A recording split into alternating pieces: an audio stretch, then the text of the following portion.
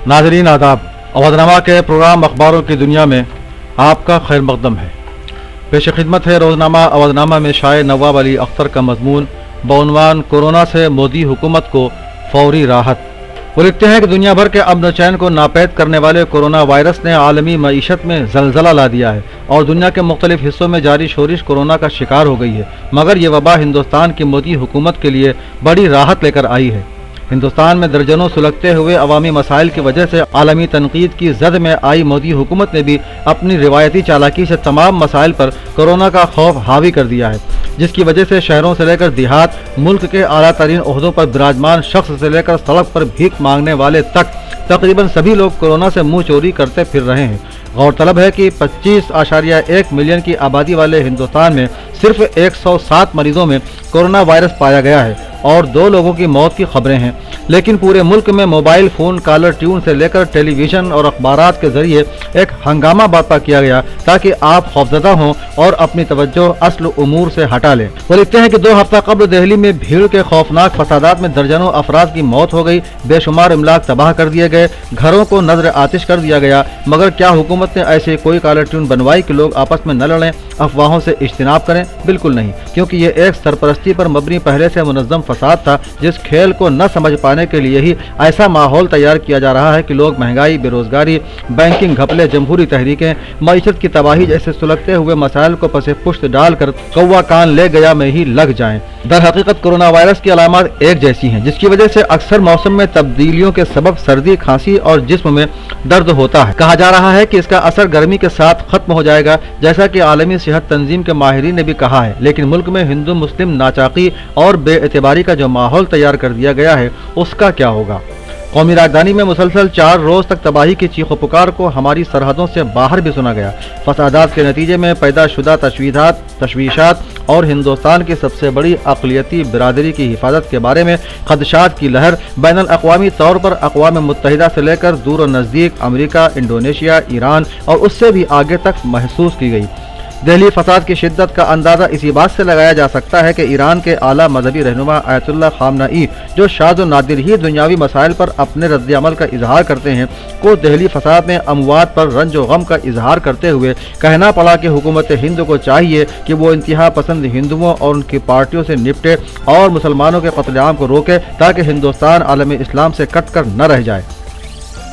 सरकारी तौर पर ईरान ने दिल्ली के फ़िरका वाराना फसादात को हिंदुस्तानी मुसलमानों के खिलाफ मुनज़्ज़म तशद्दुद करार दिया। ईरानी वज़ीर ख़ारजा के ट्वीट ने हिंदुस्तान को यह याद दिला दिया कि ईरान सदियों से उसका दोस्त रहा है। साथ ही ये भी बताया कि ये मुबैना तशद्दुद मगरबी एशियन मुल्क के साथ तहजीबी ताल्लुकात पर असर अंदाज हो सकता है। इस तरह के चुभते जुमलों से महाज आराई के रवैये नीज़ बिरादरियों के दरमियान खाना जंगी जैसी सूरत हाल को समझने में मदद मिल सकती है। दिल्ली के फसादात, जिसने फ़िरका वाराना तशद्दुद के वाक़यात को जन्म दिया और जो दहाइयों से नहीं देखा गया था, का हल सिर्फ गैर जानिबदाराना तहकीकात में मुज़मर है। इस तासुर को महज इसी सूरत पर ज़ाहिर किया जा सकता है कि जब इश्तिआल अंगेजियों को तरजीही बुनियाद पर ख़त्म किए जाने के इक़दामात किए जाएंगे। अगर मुजरिमीन को ऐसे ही खुले सांड की तरह छोड़ दिया गया तो अक्सरियत पसंदी के रुझान को पनपने में देर नहीं लगेगी। हिंदुस्तान के माथे पर लगाए गए इस कलंक को सिर्फ मुजरिमीन को कैफिर किरदार तक पहुँचा कर ही मिटाया जा सकता है। ईरान के महज एक ट्वीट पर पूरे मुल्क में उथल पुथल देखी गई। ट्विटर पर जहां मजाजी जंग जारी रही, वहीं वजारत खारजा के तर्जुमान सफाइयां देते नजर आए, जबकि मेन स्ट्रीम मीडिया में भी यह खबर छाई रही और 3 रोज तक तकरीबन सारे चैनल की सुर्खी यही खबर रही। अंदाजा लगाएं, सिर्फ एक मुस्लिम मुल्क के तबसरे से इतना कुछ हो सकता है, तो अगर सारे मुस्लिम ममालिक किसी मामले पर इत्तेफाक राय कर लें तो कितना फर्क पड़ेगा। 2014 में जब नरेंद्र मोदी ने वज़ीर आज़म का ओहदा संभाला था, तब उनकी एक अहम कामयाबी इस्लामी दुनिया के साथ ताल्लुकात इस्तवार करना भी थी। हिंदुस्तान के कौमी मफादात और तस्वीरात नागुज़ेरियों को तस्लीम करते हुए 2014 में जब नरेंद्र मोदी ने वज़ीर आज़म का ओहदा संभाला था, तब उनकी एक अहम कामयाबी इस्लामी दुनिया के साथ ताल्लुकात इस्तवार करना भी थी। हिंदुस्तान के कौमी मफादात को तस्लीम करते हुए मोदी ने मुस्लिम अक्सरियती ममालिक खुसूसन मगरबी एशिया के बड़े पैमाने पर सफ़र किए। अमेरिका के दबाव के बावजूद नई दिल्ली ईरान के साथ अपने ताल्लुकात बरकरार रखने में भी कामयाब रहा। इसने इंडोनेशिया को एशिया बहरुल की एक अहम दरमियानी ताकत के तौर पर तस्लीम किया। बांग्लादेश को भी जनूबी एशिया में हिंदुस्तान का सबसे करीबी दोस्त समझा जाता रहा।